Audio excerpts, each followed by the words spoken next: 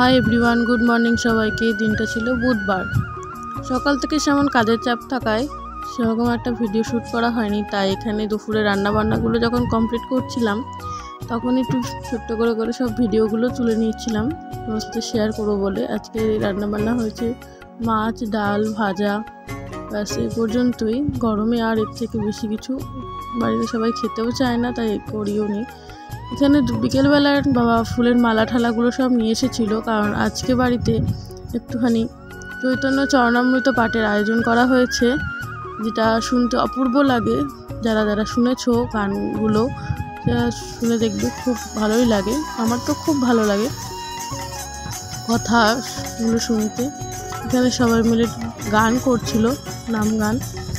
আর বাচ্চাটা কি সুন্দর, ছোট্ট মানুষ কি সুন্দর যে খোল বাজাচ্ছিল, অপূর্ব লাগছিল।